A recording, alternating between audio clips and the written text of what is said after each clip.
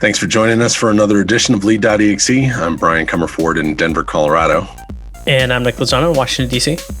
And returning as a guest for the second time on the program, we've got Jon Abboud, who works in strategic communications and has a background both in the Marine Corps, but also in leadership from an actual training perspective, which is impressive because, that's... boy, I wish I had received some actual training in it. It's been a learn by doing process for the most part. Wait, Brian, you mean people actually get trained in leadership? I'm told that it can happen. I don't know, Jon. Maybe you can help dispel that myth. Some people say it happens. I guess I don't know if I'm a second-time guest or a repeat offender. We'll have to figure out what the real thing is. Well, I guess it depends I don't know. on we how might be able to go with offender. Who knows? That's right. It depends on how the tone of this program goes, my friend. Yeah, I listened to the first podcast not long ago just to refresh my mind. And as a communications professional, I was like, oh man, I hope this thing never sees the light of day. Just listening to myself talk. Oh my goodness. Well, now it's guaranteed to, because I'm sure if anyone really wants to learn more about your background, they can delve into that prior episode and sure get a little sampling. And yeah, you guys were great. I just bumbled around for an hour or so. That's one of those things. So like we might as well talk about that, right? I didn't really get good at speaking on camera and doing that stuff until I started podcasting, recording myself, and then editing myself. Mm-hmm. Because the one thing I found that I would always say, like I would ask somebody a question and they would answer, I go, awesome. And I literally said that every single time somebody ends something. And editing yourself or going back and like you did, you listen to it, you find the little things in your speech patterns that you need to clean up. It's true. Mine is saying, is a big filler word. It was mine, yeah. So I'll probably do it about 20 times, today. But you're a communications specialist, right? And I heard somebody say one time is that it's okay to have the pause in a conversation, right? You don't have to fill the air. And when you feel that filler word coming, you just stop for a second and then continue. Yeah, some people call it like the power of the pause. Somebody who used that to great effect was Barack Obama. Actually, he's often hailed as using that. He was very big on the pause. He even said a lot if you go and look back at some of his speeches, but for some reason he had a lot of great calm stuff going on, but his ability to say as though he was really thinking about something and where are we going to go from here?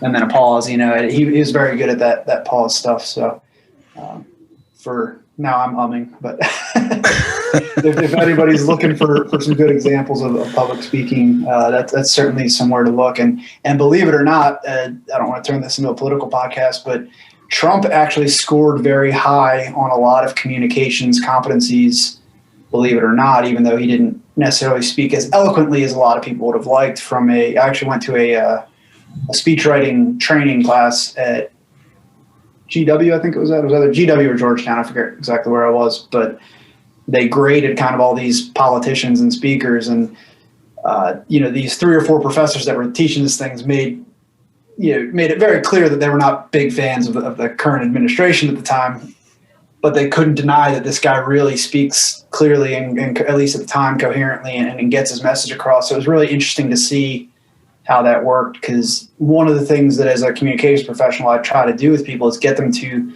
simplify the language. Especially some of the places I've worked with, engineers, lawyers, that kind of stuff. The language they use in their daily work often is really dense and difficult, and sometimes necessarily. But then when you flip that around into management communication or leadership communication, you really need to simplify this. And I hate to say dumb it down, but that's sometimes what you need to do. So the best example I use is, the New York Times is written at like an 8th to 10th grade level. And then you can run somebody's speech or email or newsletter or whatever they're working on, through a Flesh Kincaid thing, or there's some tools online. HemingwayApp.com is a really good one. It's like, you realize you wrote an email to your employees at a postdoctoral level, telling them about the upcoming holiday party that you want them to attend. This is not necessary. We can take out all these extra words. We can take out all this filler, and you can get this done. There's that old quote that's attributed to a bunch of people. I didn't have time to write you a short letter, so I wrote you a long one. It really is harder to be concise. So anyway, for that's worth a nickel's worth of communications advice as we get started here. That's great. With someone like Trump, I think if you spent, you built a career out of shooting from the hip, right? I would hope that at the point that you're continually live in front of an audience that you're able to roll with it. And I think he showed that he was able to do that pretty convincingly and effectively. Mm-hmm. Yeah, for sure. And Toastmasters is something that it was really one of those things that I got engaged in specifically because I wanted to try to improve the removal of filler words from a lot of the radio broadcast work that I was doing. Mm-hmm. And exactly to Nick's point, when you're on the hook to edit your own narrative, right? You end up in a position where pretty quickly you're like, wow, I just said again. There it is again and again and again. I actually had an 8th grade English teacher who made us do presentations, and he would take a point off your grade every time you said or some other filler word in there. And it was just funny watching half the class, myself included, fail the first 6 assignments just because he would sit there and just tally every time he said and then, okay, well, that would have been a 90, but you have a 42, so congratulations. 8th grade, that's intense, man. That's intense for an 8th grader. But it was a good lesson. He didn't actually fail anybody. It was just, more the lesson than anything. And I just said, again. So now I'm hyper aware of it. So that's a great point. And we're talking about leaders, right? A lot of it's communication. So how important it is to practice that communication, right? Like the dialogue we're having here.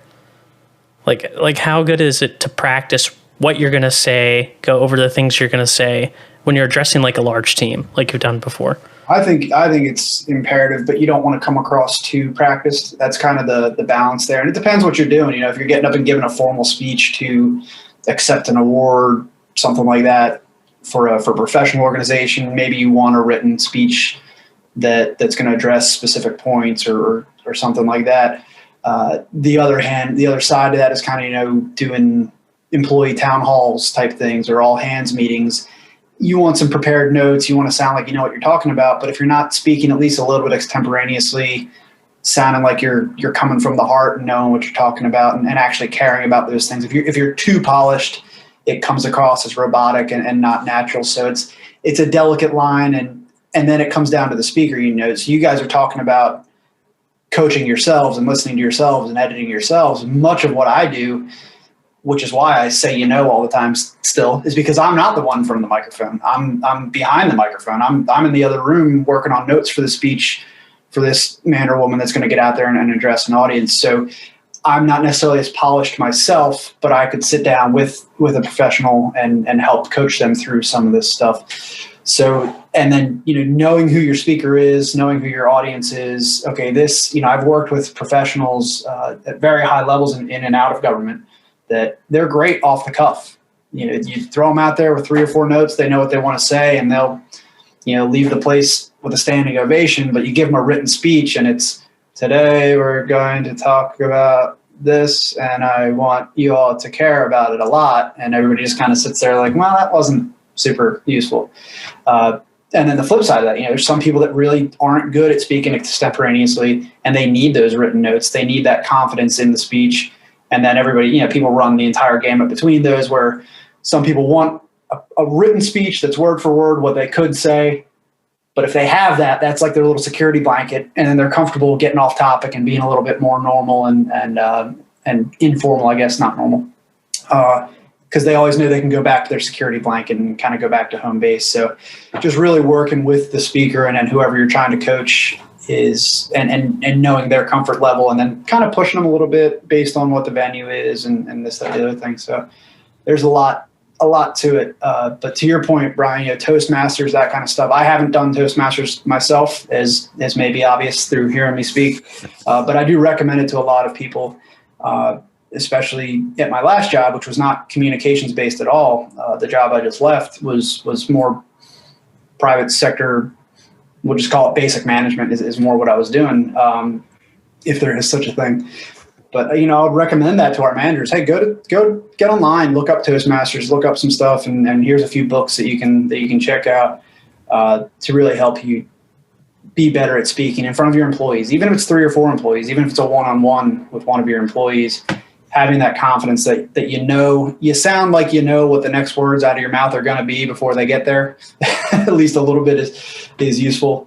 And then for me, the best way to practice is actually in low risk scenarios. So you think about, with my staff last year, we read How to Win Friends and Influence People as one of our leadership development books. It's a famous Dale Carnegie classic book. Oh, yeah. Classic. Yep. Very clearly written many, many years ago. I think there's some examples in there that might be a little bit of an HR nightmare these days, but something about one. I forget what the one example. Some president talking about how he won over his secretary when she made a spelling mistake and telling her how beautiful she looked that morning. Yeah, don't do that. Yes. Maybe you need to adjust some of the example, but There's some definite social anachronisms in that. Right, yeah. But it's a book from like the 20s. Yeah. So if anybody hasn't read it in the audience, it's from the 20s. Yeah. It's from like the other 20s. 20s. Yeah, the last 20s. Not the 20s. Yeah. 100 years ago. It's from like 100 years ago. Right. Yep. Right. But the reason I bring that up is you can use the stuff in that book, and you can use some of these communications things that you pick up at the store. At Home Depot last year, picking up a Christmas tree with my wife. Hey, we needed to kind of leave the tree up front. We wanted this one, but they're not technically supposed to do that. And making sure I smiled at the lady who was working at the register and used her name. She looked like she was having a long day, and all these little techniques. And if she wouldn't hold the Christmas tree, so what? It's a $40 Christmas tree. I'll pick a different one. But it's an easy trial run. There's no risk here, but it ended up working out, that kind of stuff. So that's one thing I recommend to people is use low risk scenarios. Even this podcast, you guys could say, well, Jon really sucked today. We're not going to publish this one, and it cost you nothing but an hour of your time and having to listen to me for an hour. But so this is good practice. As much as I love to be here and hoping I'm sharing. Don't think you're going to luck out. Don't think you're going to luck out, man. It's going to be published. That's why we're doing it happy hour style. Yeah, it is happy hour style here. It is. Yeah, it is. Now, part of what I like about what you heard or what you just said, Jon, is I think the same types of approaches that are in that Dale Carnegie book, we hear a lot today in the context of social selling. You hear a lot about how social platforms are being utilized, LinkedIn, of course, being the most famous of them, but it's very, very similar types of techniques, starting with identify what the pain points are that the person that you're trying to communicate with are experiencing, right? Have that level of empathy. Right. And then once you have that connection, and it's a connection that's likely just going on in your own mind, right? You're not overt about it at that point, but that gives you a path for your communication style and those points that you're going to try to connect with. So you had a perfect example where you've got, someone working in a retail environment. You can see they're under a lot of pressure. They're not having the greatest day. They're probably not looking forward to doing something extra that's being requested of them. But if you take the time to approach them with empathy, to understand what those pain points are, to have that personal connection that's not actually asking them for anything. It's making a completely, purely personal connection with them. Now, all of a sudden, you've established that foundational connection, right? That's the winning friends and influencing people part, right? Oh, for sure.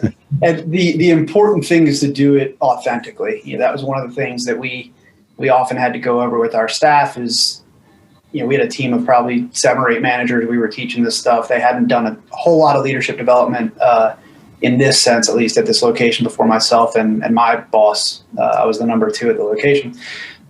Before he and I kind of took over the operation, they hadn't done a ton of this leadership development type stuff. And so you give 6 or 7 people a book like How to Win Friends and Influence People, and it sounds like, so what, you're just manipulating people all the time? And do you do this stuff to me? It's like, well, yeah, I do. I call you, Jim, I call you by your name all the time, right? That kind of stuff.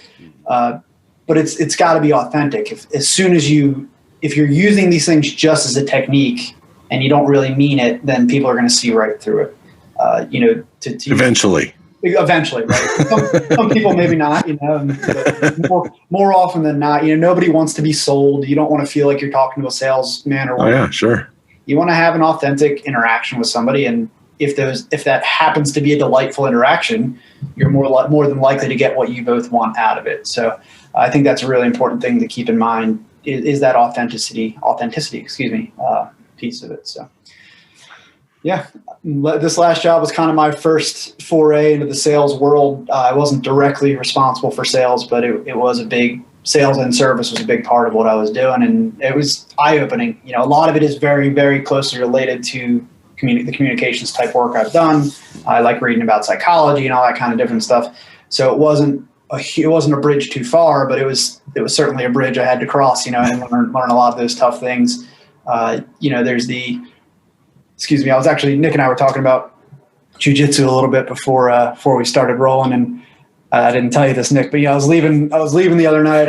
I haven't been training a whole lot because of the pandemic. They just kind of opened up so I can do some training, and I was laughing with some of the guys on my way out the other night. I'm now a blue belt, which is second up from the bottom. I'm no like ninja or anything, but it's nice being a white belt because you don't know how bad you actually suck. Right. By the time you're a blue belt, like you know what you should know, and that that you can't do it. And you're like, wow, I'm keenly aware of how bad I am at this. And so I think that was what this last job kind of did for me in a lot of ways, with not just with sales, but leadership in general, communication in general. Is, I've led in the military, I've led without positional authority in a lot of different places, but this was probably outside of the military one of my first real experiences with positional authority in a private sector business over a significant number of people, and knowing what I was supposed to do, kind of that blue belt piece, and then not being able to execute on it, or knowing how I could have done something better, or you see it in the moment and you realize, it's like slamming on the brakes in the middle of an ice storm, which we happen to be having here in the DC area right now. Is you're hitting the brakes, but it's too late. You're going right through that traffic light. So that's, there's that other quote, when you know the way broadly, you see it in all things. And it's kind of like, I know it's there. I know what I should have done, but here's my natural human instinct going the complete opposite direction. And so sales, communication, general leadership, general management, I think all that stuff kind of ties right into that, which is the difficulty and the fun challenge of it is, I know the right chess move here, but I'm still playing checkers. And I think you touched on one of the key leadership facets to my mind, which is self-awareness. Mm-hmm. It's having the ability to recognize if everything came with the sort of structure or hierarchy of knowing what belt you are, right? That would be hugely beneficial. There are still a lot of people who have manager in their title who actually don't exhibit any of the self-awareness of a leader. Right. Self-awareness is one of those funny things. We were talking about Trump before. I think one of his more famous kind of faux pas quotes is, I'm one of the most humble guys I know. And it's just like, well, come on, man. And I'm sure he's not the first person that said that. So I don't mean to just pick on one particular politician, but it's an interesting, it's a thing I think about, and something that we tried to discuss again with my last team is, emotional intelligence. That was something we talked a whole lot about. We also read Emotional Intelligence 2.0 as a team, which is another great book. Emotional intelligence is one of those things that the better you get at it, the more you realize how bad you are at it, but also how bad other people are at it.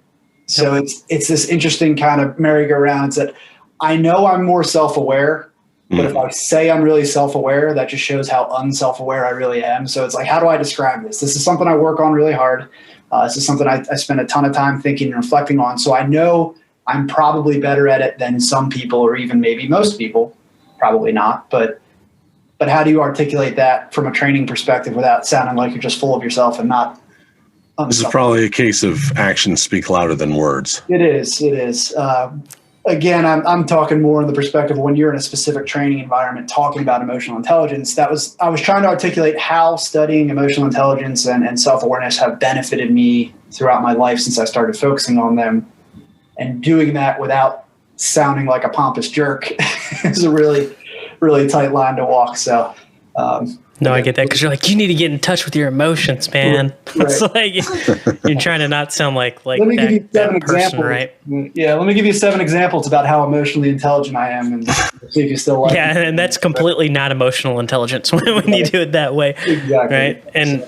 And you touched on a great point there about leadership too, right? It's not some title. And I think this is Simon Sinek line, right, where he's like, leadership is the impact you have on another individual, not your title. Right. So you can necessarily not have that big title, that big role, and still be a leader. Right. Yeah. So that's actually, I was grabbing coffee with a former colleague who's about to become a colleague again just the other day. And she's a Navy veteran, really outstanding worker and human being overall. And she brought up, she was in the Navy, like I said, one of her old chiefs or something used to say, if there's 2 sailors in a room, there's a leader. It doesn't have to be some positional thing. It doesn't have to be, you can be the same rank, you can be in the same position. If there's 2 people in a room, there's a leader. And that mentality, I think, is an important thing for organizations and teams to adopt, is that it doesn't have to be, Nick, you're in charge of Brian today and you're going to get this project done. It's, hey, you two, go ahead and take care of this. Someone's going to step up, and maybe you're stepping up in different areas on the same project. Who knows? That can play itself out in a lot of different ways. But exactly to your point, Nick, it doesn't have to be a specific title. It's who's actually performing those functions and helping the team get through to success, whatever success is defined as. So, yeah, I agree. We just had a guest recently, Shelley Archambault, who was. She's a board member of a lot of different technology companies. She's an African-American woman who rose to the rank of CEO in Silicon Valley at a time where that was a pretty rare achievement. And she had talked with us a little bit as we were discussing the book in particular, Unapologetically Ambitious. We were talking about some of her mentors and some of the great lessons that came from that. And one of those that stood out was right along this exact same theme, right? It's how do you identify whether or not you're a leader? And it's because of the followership of people, right?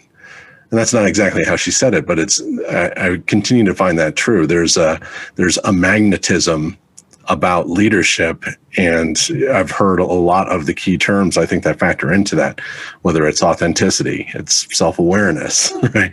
It's empathy, it's the ability to influence people with your eloquence as a speaker. All of those things, that's what develops that attention of followers. Right. Well, it's that old, I love a good quote, as you can probably tell. There's an old quote that, what's a leader without followers? It's just a guy taking a walk or something like that. I mean, you need followers, or else what are you leading? Yeah, it's a little tongue in cheek. We talk about self-leadership a lot, and there's a lot of leading yourself that's important as well. And that's where that emotional intelligence, self-reflection, self-awareness, all that kind of comes in. But you're absolutely right. I mean, knowing how you're influencing people and then being able to look back and see who you've influenced and who's influenced you, I think it is absolutely important. I'll have to pick up that book. I haven't had the pleasure of reading it yet, but I do recall seeing you guys advertising having her on the podcast. So I'll have to go back and give that one a listen as well. Well, it's always fun having someone who is not only inspirational because of the words that they choose and how they frame their own life lessons and insights. In her case, I think there was yet another layer that I really resonated with which was her willingness and her ability to be personally vulnerable. Mm-hmm. Mm-hmm. And, I think in society in general, Western society, at least, we tend to think of that as an overtly feminine characteristic, right? It's not something that a lot of men have found themselves in a position of either wanting to do or, feeling the need to do. But part of what is so special about that particular leadership book to me is that there are a lot of these personal stories that are about her vulnerability. Right. And, again, I think it's an area that it's commendable when you have the self-awareness of when it's appropriate to be authentic in that way. given a particular audience. And it's something that I feel like is starting to rise to the surface more and more. Simon Sinek, I think, is a great example of that. TED Talks. I mean, the entirety of the content behind TED Talks, it's about bringing vulnerability front and center. And look at how popular those things have been. Brene Brown, Braving the Wilderness. I mean, a lot of these things that they are all touch points of understanding your own psychology and getting clear on how you reconcile, right, some of those areas within yourself that you feel have needed improvement, so you can kick it up a notch above blue belt, right? Yeah, that'd be purple. Even just a better blue belt. No, I think that's important stuff. Vulnerabilities. That's another one of those difficult ones, and you're right. It's not especially for your typical Western male, I guess, or which is my experience in life. It's not necessarily the number one thing. Hey, let me go be vulnerable today and have that pay off for me.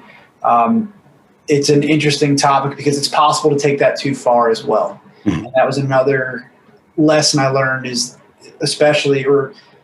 a lesson I learned a long time ago, but one that really got driven home for me in this last year and a half or so is, first of all, people that are being led don't always want just Mr. or Mrs. Vulnerable. I'm here to help you. Sometimes they need a leader and say, hey, this is what we're going to do. I know it sucks. Things are tough right now. I'm here if you need me. We can set up office hours. We can have a meeting. But right now, I need you to get the widgets out the door to the customer, and that's what needs to happen. And by doing that, we're going to save this business and we'll be better 6 months from now, 3 months from now, whatever it happens to be. So it's this interesting dichotomy that I'm glad you brought it up. It was one of the things I was thinking we could talk about today. This leadership, and again, going back to emotional intelligence and empathy and all that stuff, it's really important, but it's easy to kind of go off the rails. Sometimes, especially some employees will take advantage of that. Hey, John will always just take the blame for this anyway, or Brian, he'll just own it. It's a problem. He knows. I know that if I screw up with a customer, Brian will swoop in and save it because he really cares about my psyche and me feeling like I'm doing a good job because he's so emotionally intelligent. So being able to have tough conversations to issue discipline as a manager, sometimes that's something you have to do. Put people on performance plans. Unfortunately, you have to fire people sometimes. It's never an easy thing, but that is also part of your job and your responsibility. You have a responsibility to the organization, to the other people that are working there, to also dial back some of that empathy, if you will, or at least make sure it doesn't cross the line into sympathy. Maybe that's a better way of putting it. Yeah. Mm-hmm. But that was something I had to learn. Again, I hopped into a new industry for the last year or so, and the basic managerial leadership stuff, communication, accountability, all that stuff is why I was hired. It wasn't some super highly complex field where I had to learn biochemistry to be able to even show up and collect a paycheck. It was for all intents and purposes, a pretty basic type of a business. We have customers, we have a product, we rent that product, we process it, and the cycle goes on and on. But making sure that I was open to learning, because there was still a whole lot I didn't know. For as simple as I'm making it out to be, industrial laundry is highly complex, and I had no idea. You'd be surprised how those tablecloths make to the restaurants that we used to eat at before the pandemic. That's right. But all that being the same, I had to come in and be that, and do my best to be that emotionally intelligent leader that, hey, there's a bunch of people here who are now under me. I'm responsible for them, and I don't know hardly anything about their business. They have to teach me. I have to be vulnerable enough to say I don't know, and be willing to take responsibility when things go wrong, but also not be taken advantage of, and not let people off the hook when things go wrong that they should have known better. The people below you do not abdicate their responsibility to do a good job and to do what they know is right just because you're being emotionally intelligent and accountable as a leader. And that's a difficult line to walk. When do you say, you know what, this was my fault. I'm really sorry, team. It won't happen again. Here's where it went wrong. And I'm going to take the blame for this with the guys and gals above us because it shouldn't fall on you. And sometimes you do that anyway, even when you know it's their fault. And the emotional intelligence piece, I think, is knowing when to make sure that rolls downhill and when to just say, this really was my fault. I should have prepared the team better. This is a coaching moment, or this is a disciplinary moment, or it's somewhere in between. So, that vulnerability that's a tough one, and I haven't quite worked it out. When somebody figures out how to perfectly nail it, you can let me know. I'll read that book. But certainly, there's a lot of people better at it than I am, and that was a big lesson I had to learn this last year. I think you bring up a great point there, and I hate to go back to him again, but Simon Sinek always says the best books on leadership are actually parenting books about being a parent, because it's drawing that fine line, right? Yeah. Where you need to lead children in the direction they need to go, but then you also need to apply some type of discipline, because if you're just sympathetic the whole time, kids will test you. I mean, I have a 5-year-old, and if I say something to him, he's gonna test me, right? To make sure that what I say I do is actually what I'm gonna do. Mm-hmm. So it's kind of interesting for you to bring that up, but it's the same thing with children, right? And that's you being a leader in the family, and some of those same experiences that you take there, you can bring them to the workplace too, if you have children. Yeah. Well, and I know you and I have talked about this previously, Nick, where there has to be that distinction between being somebody's manager and being their friend, right? And I think that's part of what I heard Jon articulate. There, being vulnerable from a leadership perspective, it can be as simple as saying, "Hey guys, I'm new to this industry. I'm new to this leadership role. I'm going to have to lean on you in some ways that I might not have to in 3 months. But today I want you to know, I'm opening myself up because, I need you to kind of shift positions and help lead with me a little bit." That's the kind of vulnerability that, I'm talking about from a leadership perspective that can be incredibly valuable. But that distinction between being somebody's buddy, right? It can be a challenge. You want to be able to have good social relationships with those that you work with. Right. But when you're in a leadership role, there definitely has to be a line of distinction. Otherwise, things get too muddy to be able to effectively hold people accountable. Kind of like what Nick's saying, it's more about parenting at that kids, point. Right?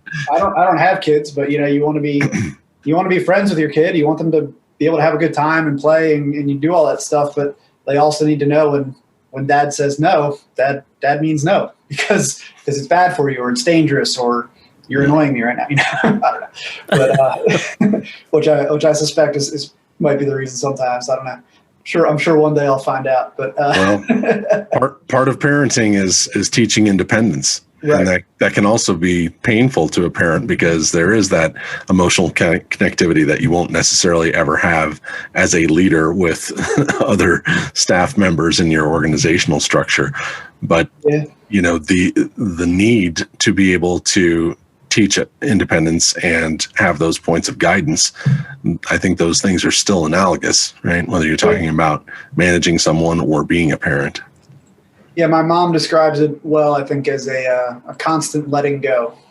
And I kind of like the way she puts that. And I think that works from a leadership perspective too, is, if you still want to be micromanaging your team 6 months from now, I have questions about your leadership ability and what it is that you're trying to accomplish. As a leader, I want to be able to go play golf on Tuesday and know that things are taken care of, for lack of a better example. But in reality, I want to be able to focus on the big picture strategic stuff that this organization is asking me to do. I want to be able to remove barriers for my employees, which is bigger picture strategic stuff in a lot of ways. And that's what I'm here to do as a manager. So I need to be able to let go and know that you're going to take care of what I've asked you to take care of, or what you're the subject matter expert in, because that frees me up to make us all more successful. And that's a difficult thing, to do. It's difficult to let go, especially if you're promoted from within the organization. It's, I used to be a production supervisor. Now I'm a production manager. And I used to do all these little intricate tasks. And now I'm the manager overseeing the entire plant or the entire operation, whatever industry you want to pick. How do I pull myself back from just going and driving the forklift? That was an example we always used a lot at my last job. If you're a manager and I walk out there and I see you driving a forklift, we're going to have a problem. Okay. There are people I pay 40% of what I pay you that know how to drive that forklift. And that's not a judgment on anybody's character. That's not a judgment on anybody's ability. That person's in that role to drive that forklift. You're here to manage and make sure things aren't going so badly that a manager has to get on a forklift. That's why you're here. If you're on the forklift, we've already made 10 mistakes. Okay. So, and I think you can use that example, for a lot of different things. But it is that letting go. And then as a manager, it's especially right when you get promoted, so you get promoted to manager, right? And then somebody below you got promoted into your supervisory role. You got to be a coach, but you also got to be willing to let them screw it up. Not so bad that you're going to close your doors forever or that somebody's going to get hurt, but yeah, screw it up once or twice. Try it. I'm going to be over here working on this other stuff. We'll talk about it at the end of the day. Okay, how'd things go? Where did we go wrong? What can we do better? How can we make sure that doesn't happen again? What did you learn?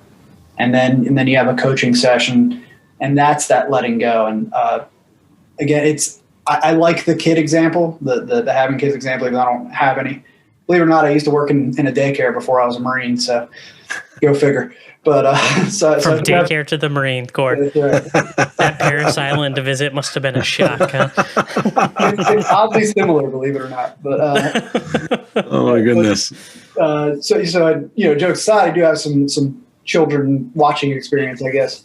Well, don't worry, Jon. That your mom's only going to say that it's a gradual letting go until the day that she starts putting the pressure on you for some grandkids. The wedding's next week. Okay, that's fine. Well, you bring up a good point. I need a little more whiskey. Hold on a second. But anyway, where I was going with that is, I like that example, but I try to be cautious using that again when I'm training and coaching my own employees. You don't want to infantilize, is that the word? You're you don't want them you don't want to make them feel small and act like, oh, I'm babysitting a bunch of kids. But it's a great example of that. If you're still tying your kids' shoes for them when they're 13 or 14 years old, have you really taught them to be self-sufficient? What should you be teaching them at 13 that you're not, because you didn't take the time when they were 3 or 4 or 5 to do those other things? It's a great metaphor. I like that idea too, because you bring that back to leading people, right? And oftentimes leaders are afraid to show people below them how to do things that they do. When it's like, hey, you should be learning how to train the next person up to take your role so that then you can move on somewhere else, right? So as leaders, sometimes people get afraid to show people who work for them or with them how to do the things that they do. Right.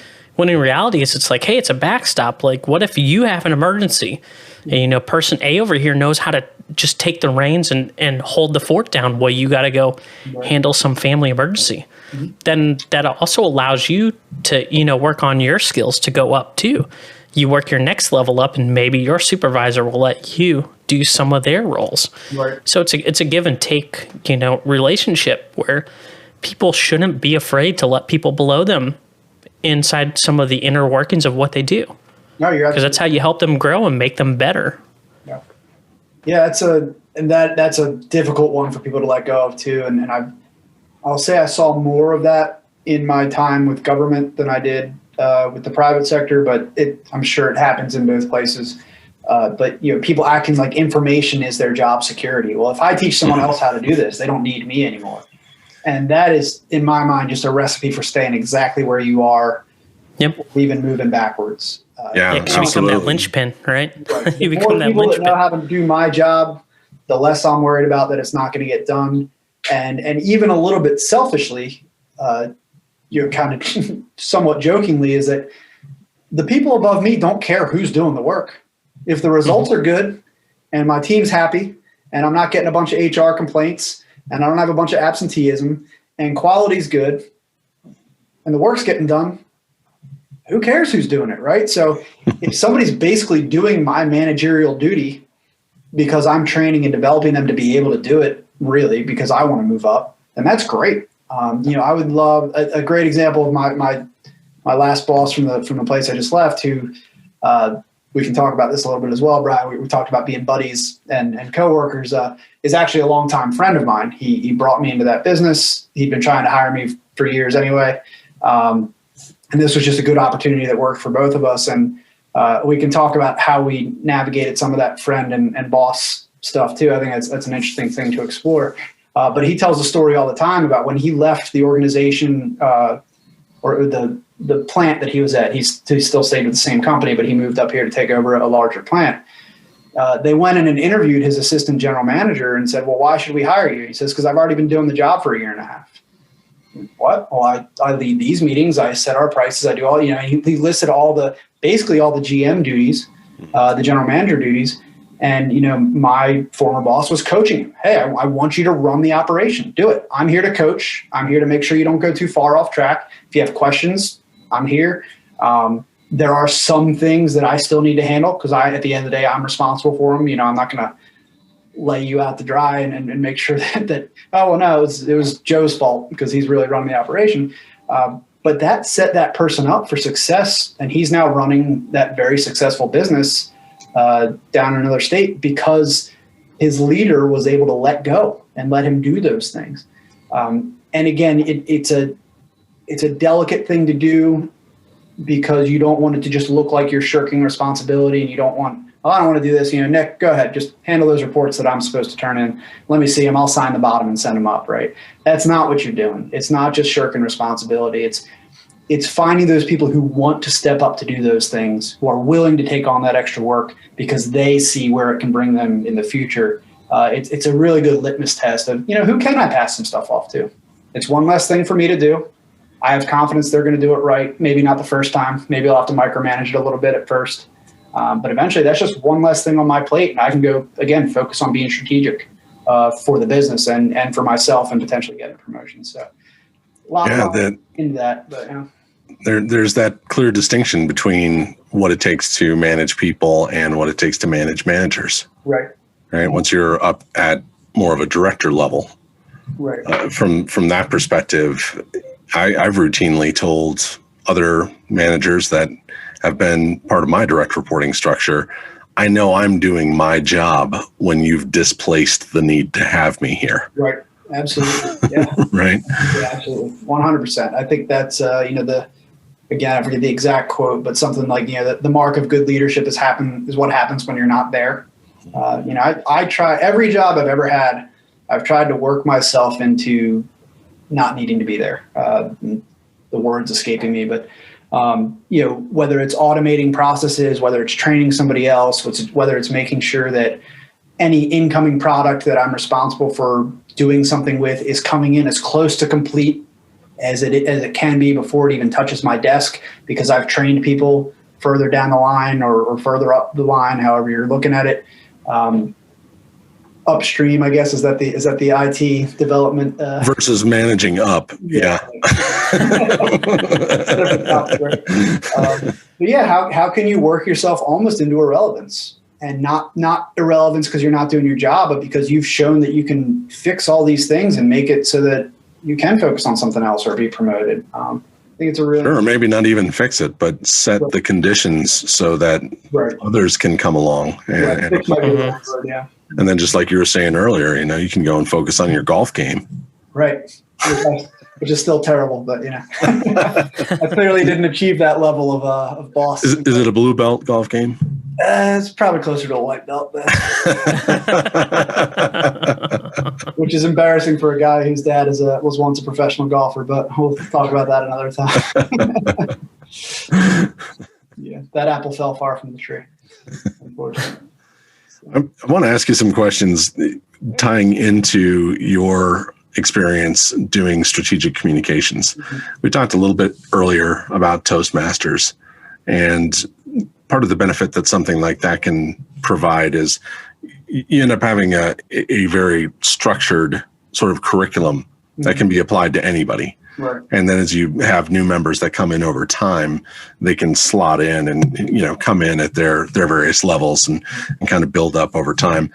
From the communication strategy perspective, what are some other tools and techniques, maybe analogous to something like Toastmasters, when you can see that a lot of the topics that we're talking about right now in this conversation, they're not necessarily ones that some of the management level players in your organization have been matured into. Mm-hmm. They need some help. And so in terms of putting together a strategy that can both help from informing at a leadership perspective, but also from the communications perspective, right? How are some of those things? What are some of the examples that you can share with some of your own experience and how you identify that and put some of those into place? I think part of it is as a communications professional and strategist, or whatever title you want to throw at it, you're there to help somebody get their message to the people it needs to get to in as clear a way as possible. And helping that leader, if you're doing executive comms or helping with speech writing or something like that, just as an example, is, I come in peace. I'm here to help. It's not, I'm not here to tell you what to say. It's not my job. I suspend my First Amendment rights as long as you're paying me my paycheck today. I'm here to be the mouthpiece for you. As long as it's not illegal, unethical, or immoral, I'm here to help you communicate your message. That's my job. You're the CEO, you're the director, whatever it is. So I'm here to help. What do you want to say? X, Y, Z. Okay. Who do you want to say it to? Or who do you think you want to say it to? That's another big one, is that sometimes what the leader thinks they want to say or who they think they want to say it to isn't always the best way of accomplishing that. So as a communication professional or really just a leader in any organization, because communication is going to be one of your responsibilities, whether it's your sole responsibility or secondary, trying to figure out and kind of morph into some kind of coherent, clear picture of what it is we're actually trying to accomplish. Begin with the end in mind. The big Stephen Covey thing is what do we want to happen as a result of this communication, whether it's an email, a newsletter, a speech, a video, what have you. What action do you want to occur? What behavior do you want to influence among your audience at the end of this? And if you can get the leader to really think about that, they may get to the end of that conversation and really, I don't really want to say that at all. I wanted to say this and have this effect on these people. Okay, well, let's think through a few different ways that we might be able to accomplish that. And that's where your strategic communications team can be more of an asset, because they're almost wholly focused on doing that. They know who the audience is. They know who the right press contacts are. They know the different employee groups, what have you, this, that, the other thing that you can, and the different channels you can get that message through to get done what you want. It's challenging because sometimes even you can, with anything, you can give your best advice and guidance, and sometimes positional authority really is positional authority, and they say, nope, we're going to do that. And okay, you're the boss. I've done my best to give you my best possible recommendation. I tend to be a little bit more direct maybe than some people are. Maybe it's the Marine in me. And I've left a lot of meetings with people of various levels of organizations that I'm going to do what you want. Understand that here's the effect that I think this is actually going to have, and I don't think it's what you want. But if you want me to do it this way, I'm here for it. This is my job to help you be successful.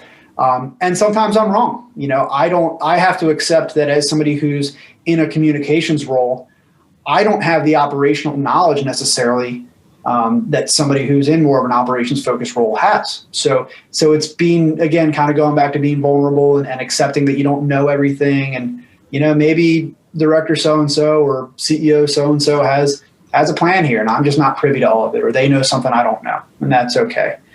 You try to draw that out in the conversations and kind of figure out where they're coming from and where they want to go.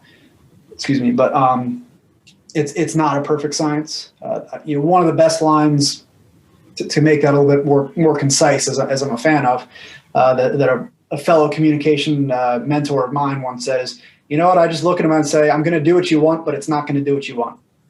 And you just kind of leave it at that. And I'm like, I really like that. And I wrote that on my wall for a little while. I think it was on my office door for like a few weeks. And I was like, all right, this might be a little bit too brash, but that's really what it comes down to. Sometimes you just say, I'm going to do what you want, but it's not going to do what you want. But, at the end of the day, is anybody going to get hurt physically? Are we going to have to shut the doors of this place forever? Are you doing something, again, unethical, illegal, immoral? No, then okay, shoot your shot, and hopefully I can coach you afterwards. And I did have that experience early on in my career. Again, I won't say what executive it was or where I was working, but this person came in and thought the press was their friend. They came from a smaller market, a more local type position, and then were elevated to a more national type position. And well, so-and-so calls me. I used to talk to him all the time. He's from the local, this, that, the other thing. We're friends. Just put him on the phone. I'll go on the record. And to the point where I wouldn't say I got yelled at, but I got the wrist slapped pretty hard for holding a phone call until we were all there ready to do this call, right? And then we get in there, and she got mad at me, put him on the phone, basically kicked me out. I'm just going to do this myself. Okay, fine. And then 3 weeks later, I'm getting a request to correct the record on something that was misquoted in this article. And I'm like, well, yeah, I thought that was your friend, and it was clear that it wasn't just a misunderstanding. Somebody was looking for an angle on somebody and exploited that leader. So again, one of the dangers of being vulnerable from the leadership side. And it wasn't earth shattering. It wasn't a huge deal. It was just a small thing, but using those as teachable moments, not as I told you so type moments, just being happy to correct the record and work with that person to do it. And hopefully the executive or whoever it was kind of realizes, maybe I have a comms team for a reason. They're not here to gag me. They're not here to control me. They're here to protect me and make sure that the message I actually want out is actually what's getting out there. So I don't know if that's really what you're asking, Brian, in the question, but, Jon, for someone who appreciates the concise, that was not the concise version, but we did cover a lot of territory there. It's the bourbon. I'll blame the bourbon. Well, I'm going to reference a book, and then I'm going to ask you to do the same here as we're getting close to the end. There's a book that Nick and I had talked about that's called Talk Like Ted by Carmen Gallo. And it's an interesting framework because many of the things that you just discussed, I think, are also reflected in that book. And from the perspective of a structure, part of what the book helps walk through is, framing out exactly why are TED Talks done the way that they're done. And they're all 13 to 17 minutes in length, of the actual TED Talks themselves, right? I mean, sometimes you get these little anecdotes that are under 2 minutes or whatever, and sometimes you get things that are, more sprawling, in 30 minutes. Sometimes you get a Jon style answer that just goes. That's right. Let's differentiate that, right? You're talking about TED, not TEDx, because it's two completely different products. Yeah. Yeah. Yes. So, part of the reason that I bring it up is just in terms of having a framework, a structure, something that gets put into place so that you can clearly, from a coaching perspective, help identify how do we make this message the most effective? Right. What are those sort of 3 key points? What is, the one leader that's going to hook whoever your intended audience is, and then how do you bring all that home and reinforce it in sort of your final closing statement? Right. Are you asking me for a book on that? No, I'm asking you for, so that's my offer of a book that I think ties into a lot of what we're talking about today. I think that's important. Having a framework really is important. And I mentioned this on the last time I was on the show was, I have my little acronym, increase clarity, reduce noise, build trust, and save people time. If you can do those 4 things in any piece of communication, you're winning. Provided that you're increasing clarity on the thing you actually want to increase clarity on, et cetera. But that's something I keep in the back of my mind. When I first got to my one position as a communicator, I spent a lot of time trying to build this overarching communication strategy for internal comms for the agency. And, it wasn't wasted effort. It was good for me to clarify a lot of stuff, but getting that through to upper management in a large organization to get everybody on board with that was nearly impossible. But everybody can understand increase clarity, reduce noise, build trust, and save time, right? It's easy. So make sure you're doing at least 3 of those things every time you communicate, and we'll be okay. So that's kind of the first. It's less of a structure, but it's kind of what I call freedom within a framework. Is that here's the box, right? You gotta play by these rules, but everything else in the middle, it's yours. You're a leader. You've gotten your position, obviously because somebody has some trust and confidence in you. So go forth and lead, but just remember to be doing these other things as you're doing it. Now, again, in a professional communications shop, especially in the public sector, there's going to be some rules. I don't necessarily make those rules, but certainly you don't just call up the New York Times and say this about your agency without talking to some people. But generally speaking, that little acronym or whatever you want to call it is kind of the framework I use. And then there's a lot of other little stuff. Repetition is important. They say that repeating yourself is important to really get a point across. So if you want to get a point across, you should really repeat yourself. See what I did there? Nobody? Not even. Come on. Thought that was pretty good. You picked that one up from the school, redundancy school? I did. Yeah. From the ATM machine. But yeah, that, they're, again, it kind of goes back to begin with the end in mind. What do you want people to walk away with? And then how do we best navigate to that? So going with a plan, it's like anything else. You wouldn't kick off I'm trying to think of an IT type thing, a major IT renovation or whatever you call it. You wouldn't do all that stuff without a plan. Renovation probably isn't the right word. Upgrade. Right? A sprint, giant sprint. That's the word I was looking for, is sprint. Thank you. You wouldn't do that without some kind of a plan. Like, hey, by the end of 3 days working on this thing, we hope to have accomplished this. Doesn't mean we necessarily will, because we're going to learn some stuff along the way. But this is the desired end state. These are the little stickies we need to move from this side of the board to that side of the board. A little agile for you, right? Is that good? Yeah, you got it, man. I know a thing or two. Ready to scrum it up. Literally just 1 or 2. But, this is what we need to do. And here's what the desired end state's going to be. And, don't overthink it. That's the biggest part of communication, I think, is that it's either one of 2 things. Either somebody gets up there and starts talking or writes an email or a message, and it's very clear they didn't think about it at all. And when that's happening. Or somebody's made it so overly complex and difficult that I just listened to you talk for an hour and a half and I have no idea what you're talking about. Right? So, and who knows? For all I know, I just did that for the last hour and a half. But that, I think, if you're somewhere in between those 2 things and your audience can tell, again, whatever channel you're using, whatever medium you're using, whether it's written or spoken, if somebody can tell you put some thought into doing this, but you didn't try to fit 10 pounds of feathers into a 5-pound bag. I won't say what usually goes in the bag, but as long as you're trying to do this in a reasonable chunks of information, I think you're good. 3 or 4 things. People can remember 3 or 4 things, maybe 5 if you got an especially bright audience, but 3 or 4 things tops. You can always communicate again on the next 3 or 4, right? And then that's your opportunity to repeat the first 3 or 4 and then move on, right? So a lot of little stuff. I don't know if that was any clear guidance or any help. But I got 3 or 4 things out of that, John. Good. I think it works effectively. I was counting in my head and I had to shut up. That's great. No, go ahead. Okay.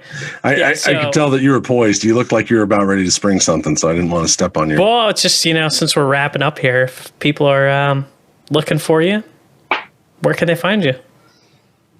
Still just pretty much on LinkedIn, Jon D Abboud, Abboud. Pretty easy to find. I don't generate a whole lot of content for myself that isn't as a direct part of my work. So I'm the guy behind the scenes. I'm not really necessarily the speaker or communicator.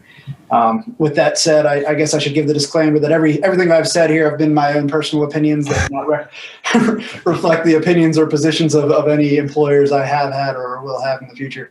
But yeah, you can look me up on LinkedIn. I'm happy. I usually respond to messages as long as you're not spamming me to sell me something. People that have questions, as you can see, I don't mind talking and chewing the fat for a while. So you can find me there, and I'm not too active on social media otherwise. But. Great. Well, thanks for taking some time with us today, Jon. It's great to see you. Likewise. Yeah, thank you. All right.